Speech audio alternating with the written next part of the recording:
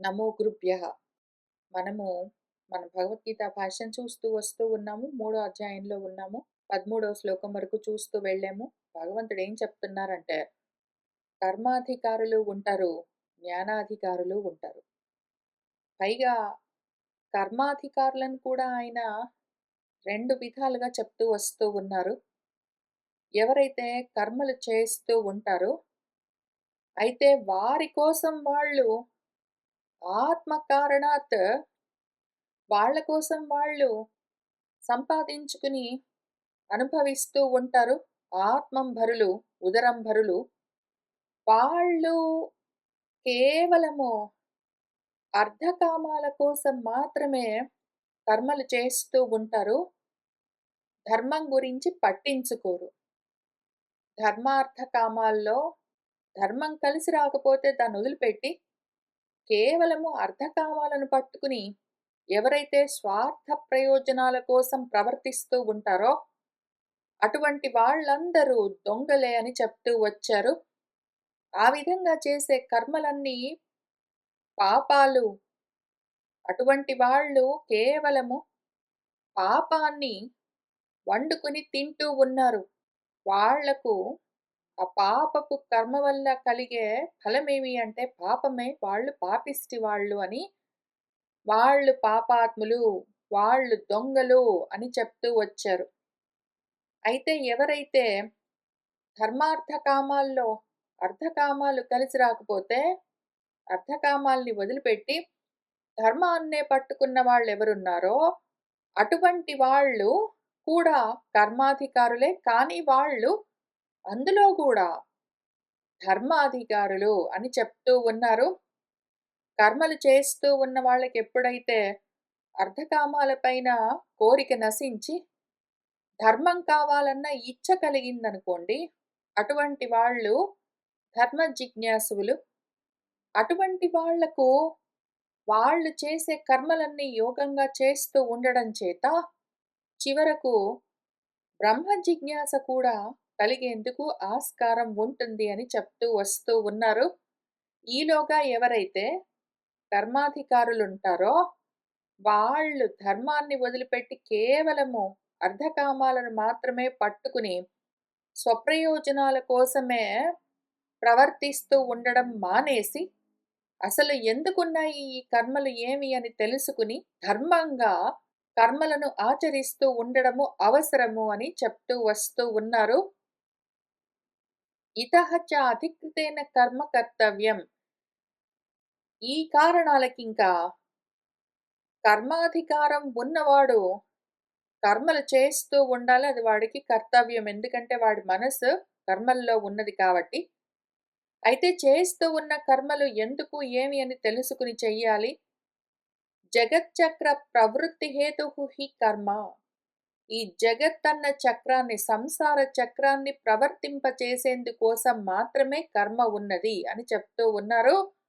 కథం ఇది, ఎట్లా దాన్ని అర్థం చేసుకోవాలి అంటే ఉచ్యతే చెప్తూ ఉన్నారు.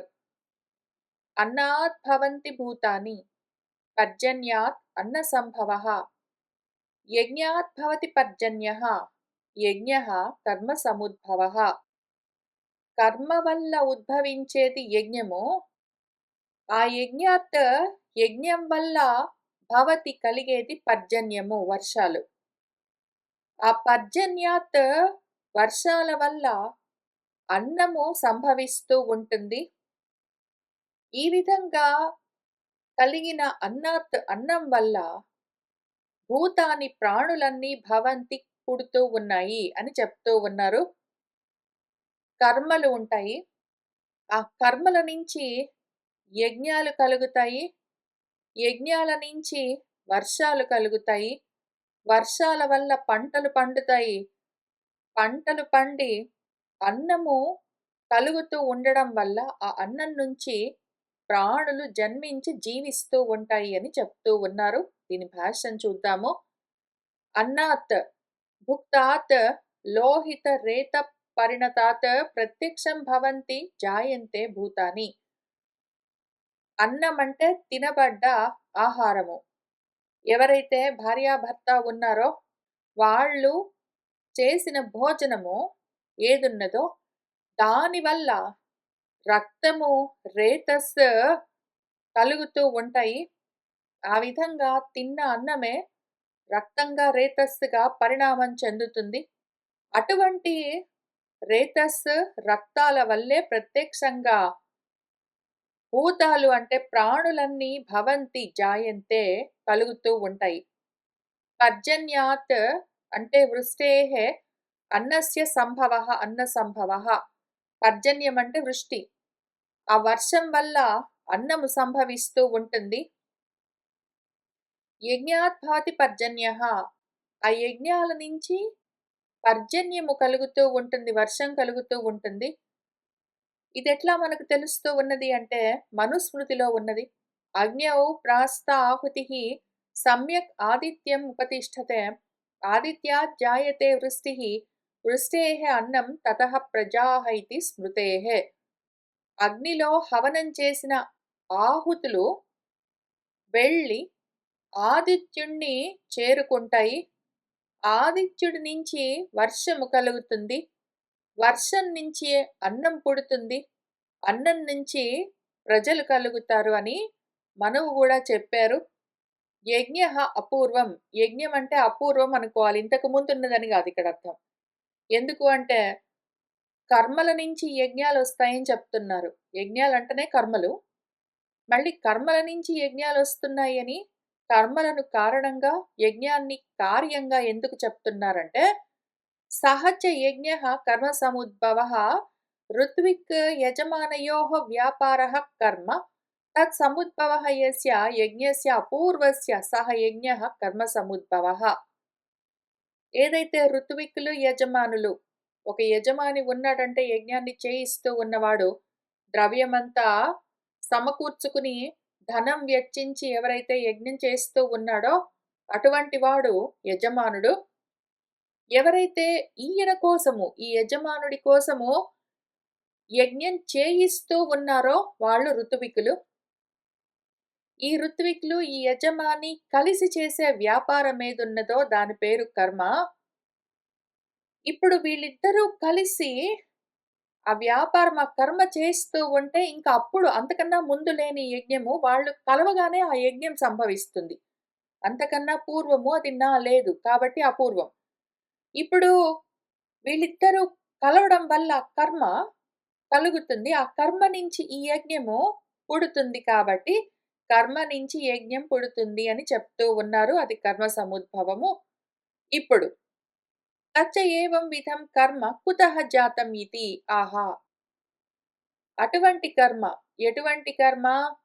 ఏదైతే మన ఋత్విక్ యజమాని కలిసి చేసే వ్యాపార రూపమైనదున్నదో ఆ కర్మ కుతః జాతః ఎక్కడి నుంచి వచ్చింది ఇది అని అడిగితే ఆహా చెప్తూ ఉన్నారు. కర్మ బ్రహ్మ ఉద్భవం విద్ధి. బ్రహ్మ అక్షర సముద్భవం. తస్మాత్ సర్వగతం బ్రహ్మ నిత్యం యజ్ఞే ప్రతిష్ఠితం. ఈ కర్మ ఎక్కడి నుంచి వచ్చింది అంటే బ్రహ్మం అంటే మన వేదం నుంచి ఉద్భవించిందని తెలుసుకో విద్ధి.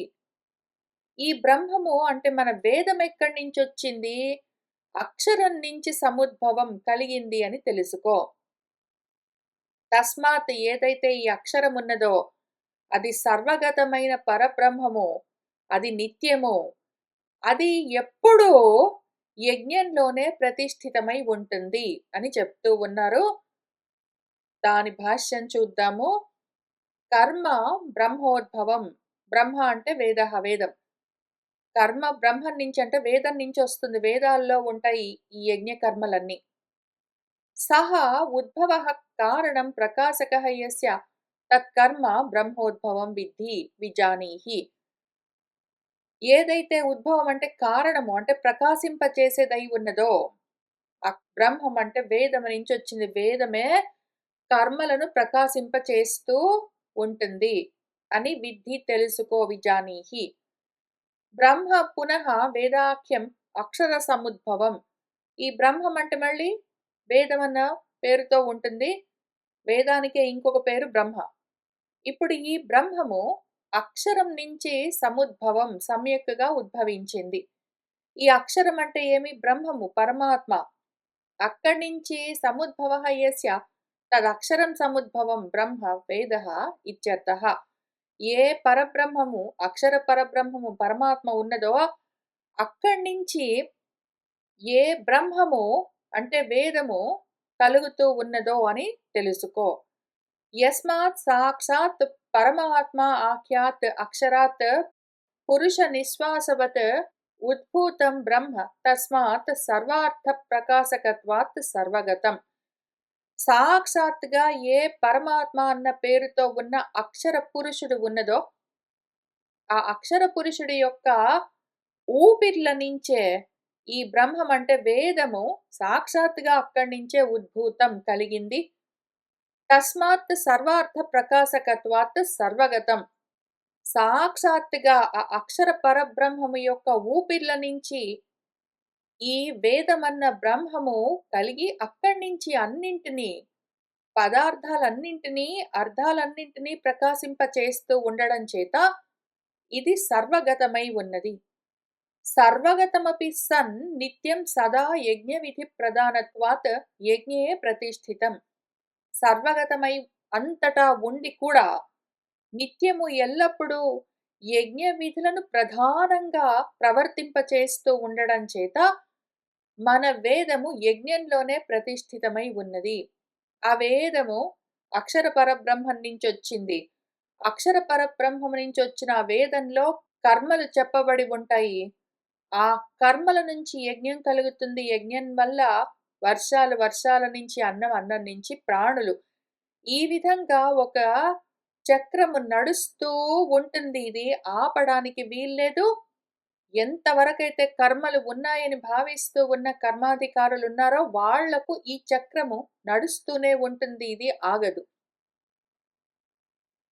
ఏవం ప్రవర్తితం చక్రం నా అనువర్తయతి ఇహ యః అఘాయుః ఇంద్రియారామః మోఘం పార్థ సహ జీవతి.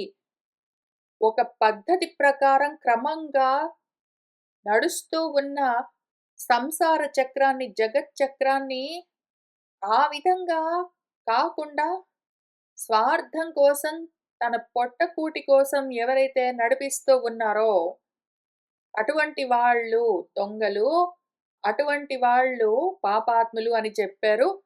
ఇంక ఇక్కడ అటువంటి వాళ్ళు పార్థ బ్రతికి ఉండి వ్యర్థము అని కూడా చెప్తున్నారు. ఏవం ఈ విధంగా ఏదైతే సంసార చక్రం, జగత్ చక్రం ఉన్నదో ఆ విధంగా అది ప్రవర్తిస్తూ ఉంటే దాన్ని ఎవడైతే ఇహ ఇక్కడ నా అనువర్తయతి ఎవరైతే ప్రవర్తింప చెయ్యడో అటువంటి వాడు సహా అఘాయుహు పాపమే ఆయువుగా కలిగినవాడు. వాడు ఇంద్రియ ఆరామః ఇంద్రియారాముడో సహవాడు పార్థ మోఘం జీవతి వ్యర్థంగా బ్రతుకుతున్నాడు అని చెప్పారు.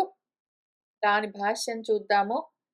ఏవం ఇద్ధం ఈశ్వరేణ వేదయజ్ఞపూర్వకం జగచ్చక్రం ప్రవర్తితం నా అనువర్తయతి ఇహ లోకే యః కర్మణి అధికృతః సన్ అఘాయుః అఘం పాపం ఆయుః జీవనం యస్య సహ అఘాయుః పాపజీవనః ఇతి యావత్. ఏవం ఇద్ధం ఈ విధంగా ఈశ్వరుడి వల్ల వచ్చిన ఈ వేదాల్లో చెప్పిన యజ్ఞపూర్వకమైన కర్మల చేత ఈ జగత్తంతా ఆ చక్రము ప్రవర్తిస్తూ ఉంటే దాన్ని ఎవడైనా సరే నా అనువర్తయతి ఇహ లోకే ఈ లోకంలో ఎవడైతే అనువర్తింప చెయ్యడో వాడికి కర్మాధికారం ఉన్నది. వాడు కర్మాధికారి, వాడి మనసు కర్మల్లో ఉన్నది. కానీ దాన్ని ధర్మంగా ఈ విధంగా ప్రవర్తింప చెయ్యడు. వాడు అధర్మంగా సగం స్టెప్స్ బైపాస్ చేసి అక్రమంగా క్రమంగా వెళ్ళవలసిన ఈ చక్రాన్ని అక్రమంగా పక్కదారిలో నుంచి తీసుకుని వెళ్తూ ఉన్నాడు అంటే సహవాడు అఘాయుహు అంటే అఘమే పాపమే ఆయువుగా జీవనంగా కలిగి ఉన్నవాడు. పాపిష్టివాడు వాడి ఆయుష్ వాడి జీవనమంతా పాపమే అయి ఉన్నది. ఆ విధంగా యస్య సహా ఉన్నదెవరో అటువంటి వాడు అఘాయువు అంటే పాప జీవనుడు. ఇతి యావత్ అని అర్థం చేసుకోవాలి. ఇంద్రియారామః ఇంద్రియైః ఆరామః ఆరమణం ఆ క్రీడా విషయేషు యస్య సహ ఇంద్రియారామః మోఘం వృధా హే పార్థ సహ జీవతి. ఇంద్రియారాముడై ఉంటాడు వాడు. ఇంద్రియాలే వాడికి ఆరామము.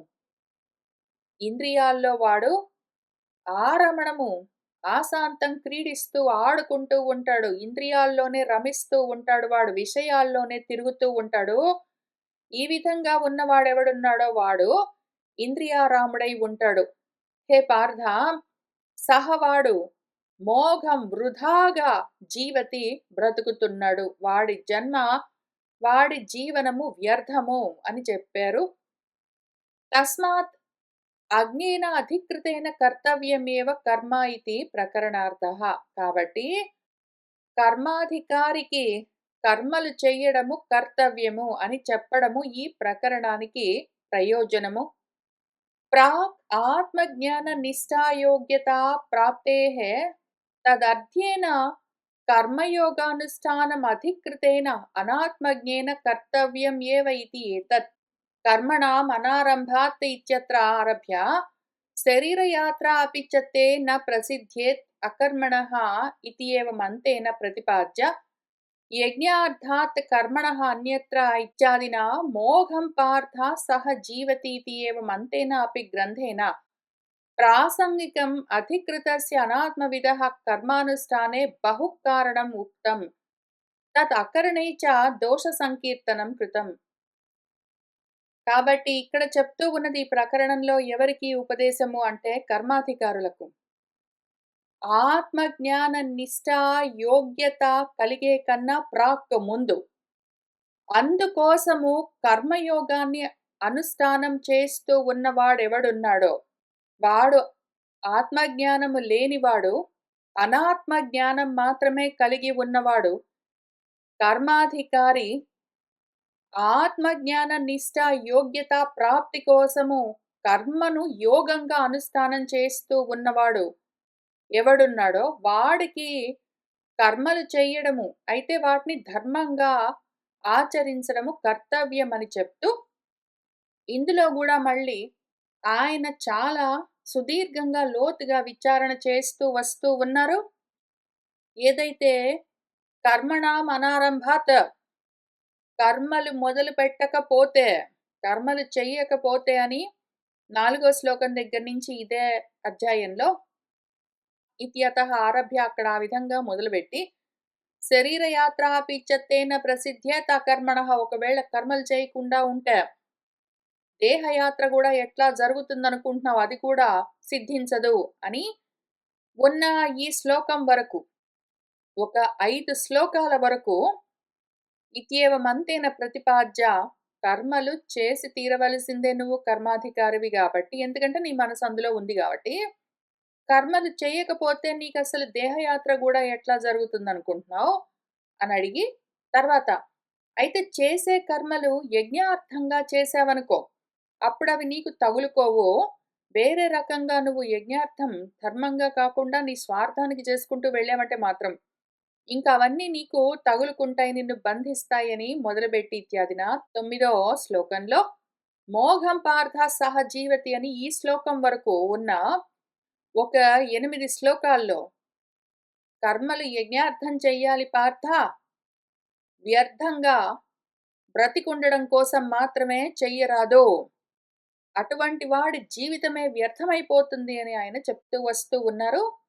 ఇది ఏవం అంతేనాపి గ్రంథేన ప్రాసంగికం అధికృతస్య అనాత్మవిధ కర్మానుష్ఠానే.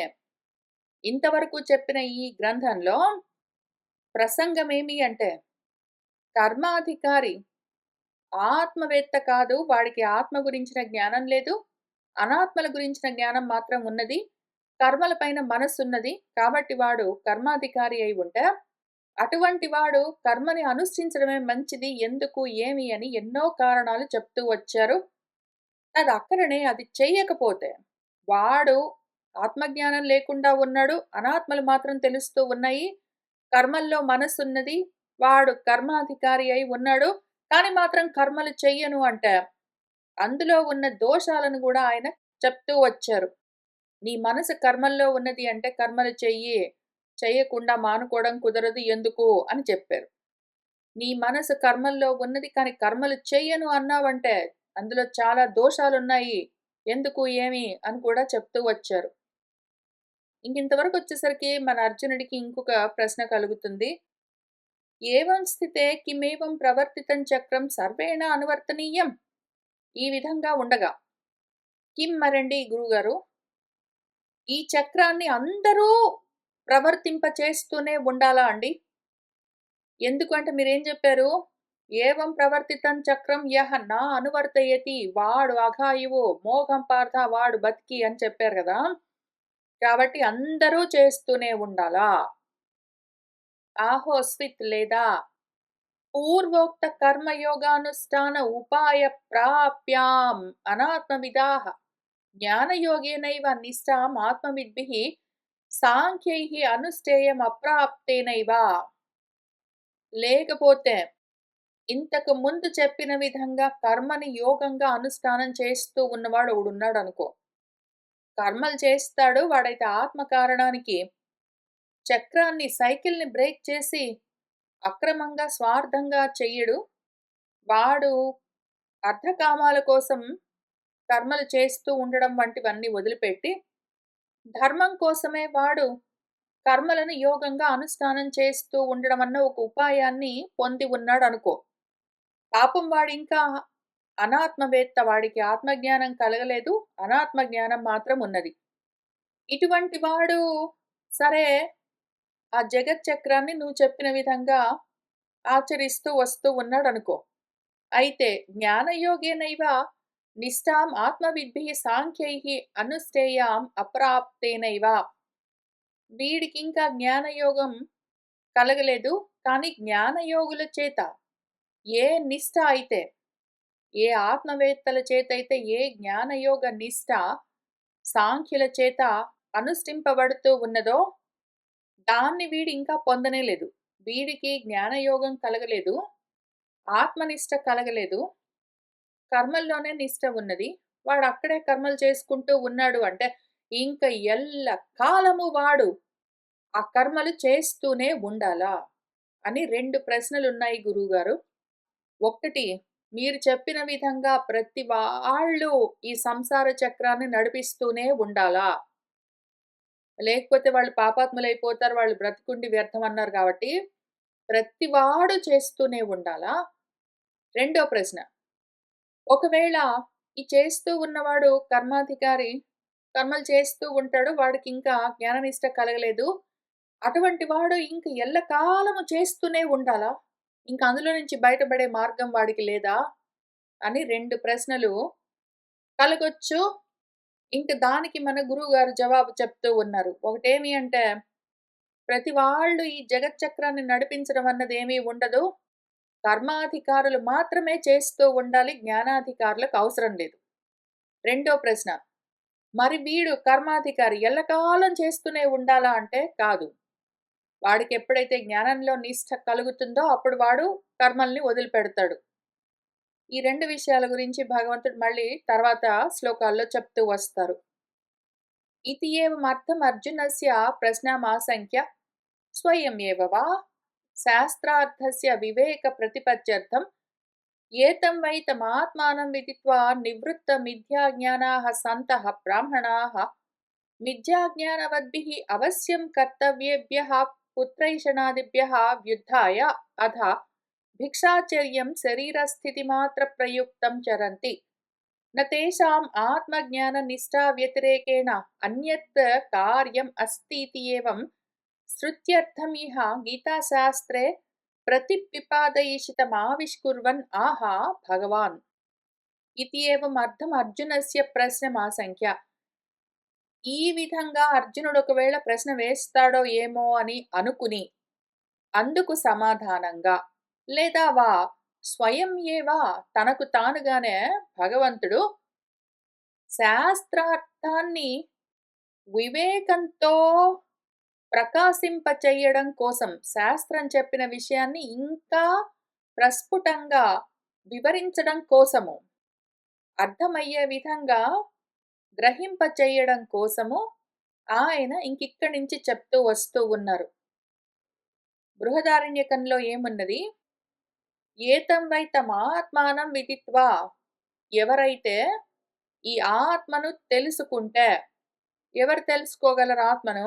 నివృత్త మిథ్యాజ్ఞానాః, మిథ్యాజ్ఞానము తొలగిపోయి ఉన్నవాళ్ళు, సంతః సన్మార్గంలో ఉన్నవాళ్ళు, బ్రాహ్మణాః బ్రహ్మ మార్గంలో ఉన్నవాళ్ళు, మిథ్యాజ్ఞానవద్భిః అవశ్యం కర్తవ్యేభ్యః పుత్రైషణాదిభ్యః, మిథ్యాజ్ఞానం తోటే ఉన్నవాళ్ళు తప్పకుండా చేస్తూ ఉండే వాళ్ళ కర్తవ్యాలుగా వాళ్లకు తెలుస్తూ ఉండే, పుత్రుడు అన్న, భార్య, భర్త అన్న, ఇల్లు అన్న కర్మలు ఏవేవైతే ఉన్నాయో, ఈ ఈషణలన్నింటినీ కూడా మిథ్యాజ్ఞానంతో ఉన్నవాళ్లే కల్పించుకుని అవశ్యము వాటికి వశులై కర్తవ్యాలుగా భావించి చేస్తూ వస్తూ ఉంటారో వాటన్నింటినీ, ఆ మిథ్యాజ్ఞానం తొలగిపోయిన వాళ్ళు ఎందుకు చేస్తారు?